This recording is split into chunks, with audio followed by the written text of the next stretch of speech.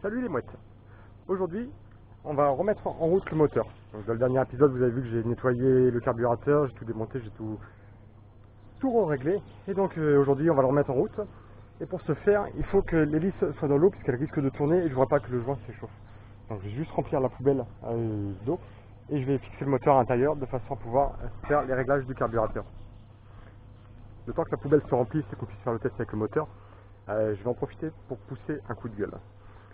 Tous ceux qui ont vu ma dernière vidéo où je démontais le moteur de l'annexe, je démontais le carburateur, la vidange et compagnie, vous avez certainement remarqué qu'il y a un problème de son sur cette vidéo.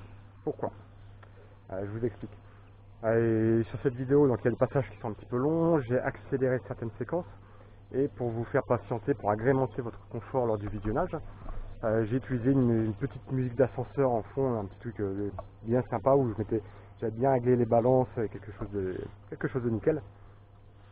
Et donc je diffuse la vidéo sur YouTube et dans la foulée je reçois un mail de YouTube qui me dit: Monsieur Zuberziril, bonjour, vous venez de diffuser une vidéo sur notre site avec une musique qui est soumise à des droits d'auteur et dont vous n'êtes pas le bénéficiaire. Donc ce qui va se passer maintenant, vous n'avez pas besoin de retirer la musique, mais par contre on va mettre des publicités sur votre vidéo de façon à rémunérer l'auteur de la musique. Et si un jour, pour X raison que ce soit, l'auteur estime que votre contenu ne met pas en valeur sa musique, juste en claquant des doigts, on ferme votre vidéo. Donc c'est brut, c'est impromptu. Il faut savoir que je n'ai rien contre la propriété intellectuelle, je n'ai rien contre le fait de rémunérer éventuellement l'auteur pour sa musique, parce que forcément il a dû passer du temps à la créer. Moi, ce qui me gêne énormément, c'est le fait que juste en claquant des doigts, en gros, il puisse fermer ma vidéo. Donc, je ne me suis pas posé de questions. J'ai taillé à la serpe directement dans la vidéo. J'ai retiré toutes les bandes sonores. Toutes les bandes sonores où il y avait la musique. Donc, ça explique les problèmes de musique qu'on peut avoir. Si je mets de la publicité sur ma chaîne, je veux que ce soit maîtrisé. J'ai pas envie de faire de publicité pour tout et n'importe quoi. Demain, tiens, je peux très bien faire de la publicité pour ma veste de car, dont je suis très satisfait et je pourrais même vous expliquer ce qui me plaît, pourquoi je la recommande, d'où elle vient et plein de choses à ce sujet. J'ai l'intention aussi de tester des produits en toute transparence sur le bateau, vous dire si ça fonctionne, si ça fonctionne pas, mais j'ai pas envie d'être un support publicitaire. C'est pas facile à dire. Avec cette chaîne YouTube, mon but n'est pas de créer un compte Tipeee ou un compte Patreon de façon à faire appel à votre générosité en permanence. C'est pas du tout mon besoin actuel. C'est pas mon besoin ni mon envie. Mon but aujourd'hui en faisant ces vidéos, c'est le partage avant tout. Le partage aussi bien pour vous que pour moi. Je me rappelle il n'y a pas si longtemps que ça encore. Moi j'étais un petit débutant. Il y a une dizaine d'années en arrière, je connaissais quasiment rien à la voile. Par contre c'est vrai que j'étais très attiré par ça. J'habitais loin de la mer, donc je pouvais pas faire des stages de voile. J'avais pas forcément beaucoup de moyens, donc je pouvais pas non plus me payer des stages ou partir à la mer. J'ai acheté beaucoup de livres, des livres Les Glénans, et le manuel du marin, la voile pour les nuls. Enfin, j'ai acheté des dizaines de livres que j'ai potassés à maintes reprises. Et par contre, même en ayant lu plein de livres, je me posais plein de questions. Comment on prend un riz, comment on hisse la grand voile, comment on règle la balancine, comment on règle le halba, comment on envoie un spi, comment on affale un spi, plein de questions. Et en me connectant un jour par hasard sur YouTube, je suis tombé sur des vidéos des passionnés, des gens comme vous, comme moi, qui se filmaient et qui me montraient certaines choses. Et ça m'a permis de mettre des images sur les mots que j'avais pu dire auparavant. Ça a fait sauter beaucoup d'appréhension. Et la fois d'après, en bord de mer, j'ai loué un petit laser, j'ai commencé à m'éclater. Après j'ai essayé avec un Hobby 4 et ainsi de suite. Plusieurs bateaux. Je vous ferai mon CV nautique un petit peu plus tard.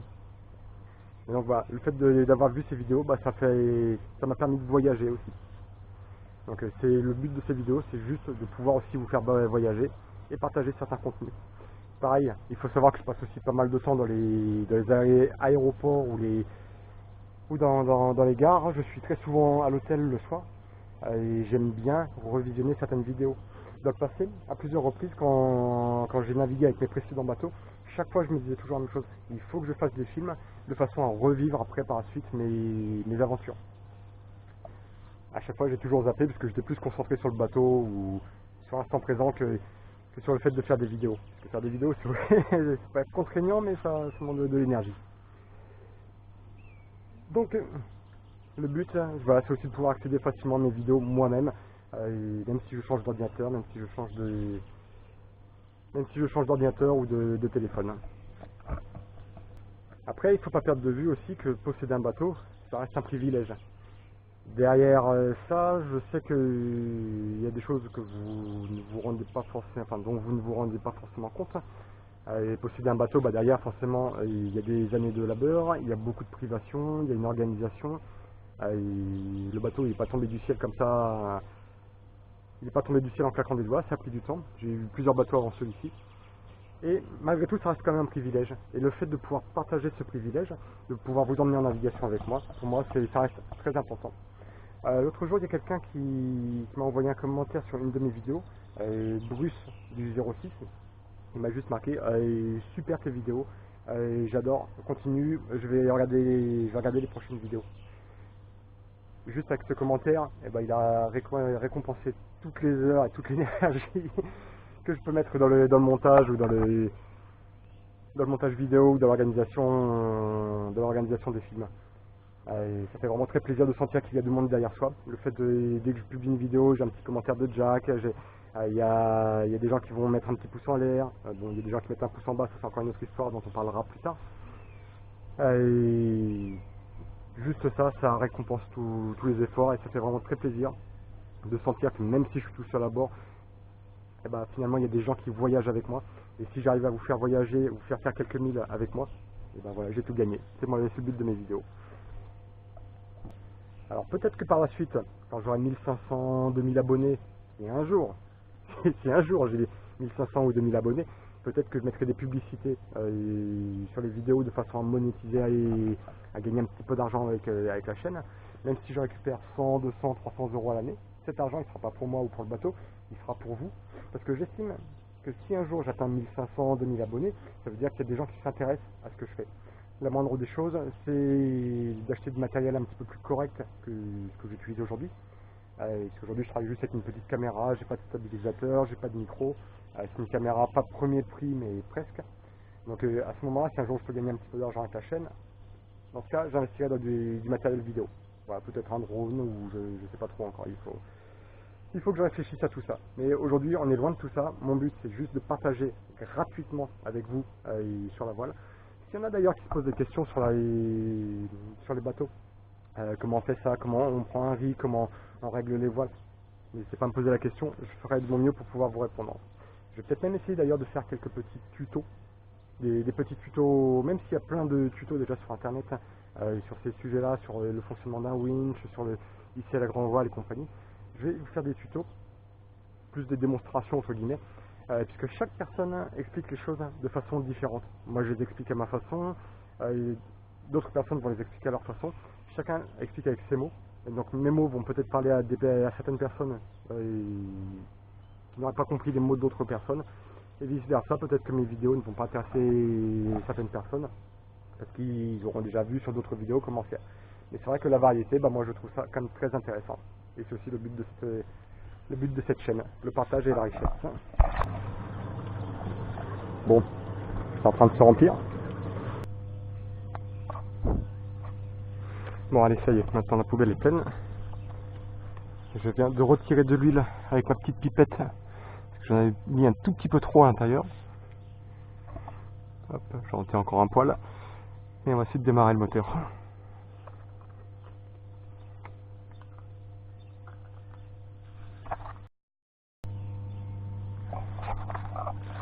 Bon, pour le démarrage, j'ai vérifié qu'il y avait de l'essence, j'ouvre les vannes.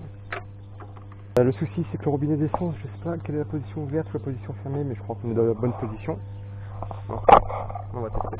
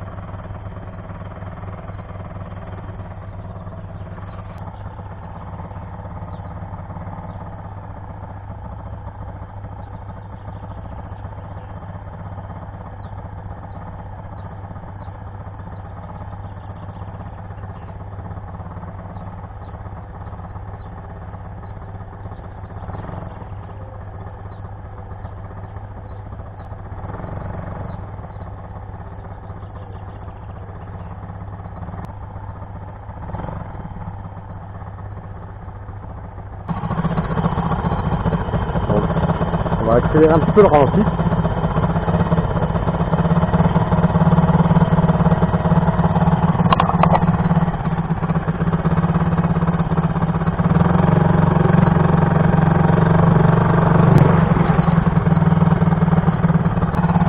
Et maintenant, on va toucher à la richesse. On va l'augmenter tout doucement.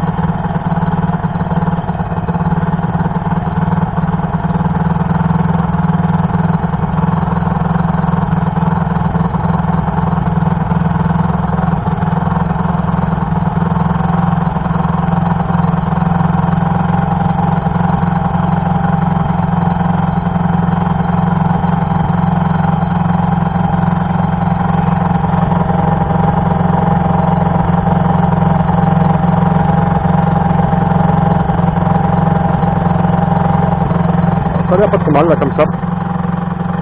Je vais le laisser tourner quelques minutes. Redescendre un peu le ralenti.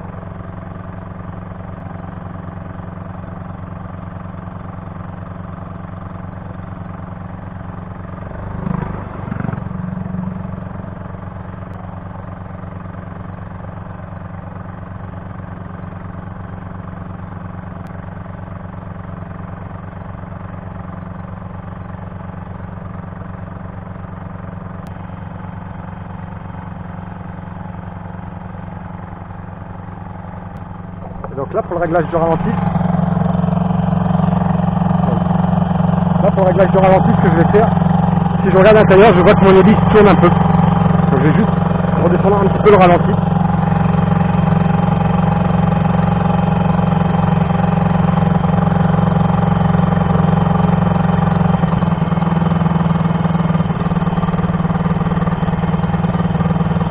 Voilà, je ne sais pas si vous allez bien voir sur la vidéo, mais là l'hélice vient d'arrêter de tourner.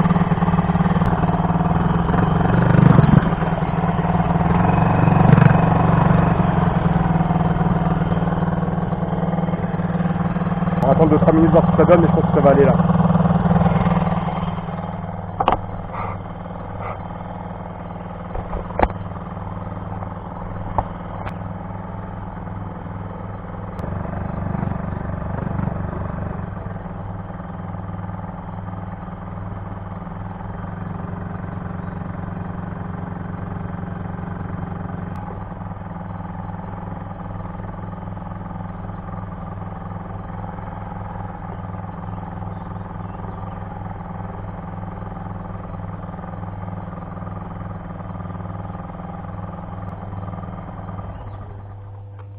Donc le moteur fonctionne bien. Je ne vais pas faire trop de bruit pour les voisins parce qu'on est quand même le 1er mai et il est presque midi, donc je vais faire attention. Il ne me reste plus qu'à ranger tout mon bazar, essuyer le moteur et vous dire à bientôt les mouettes.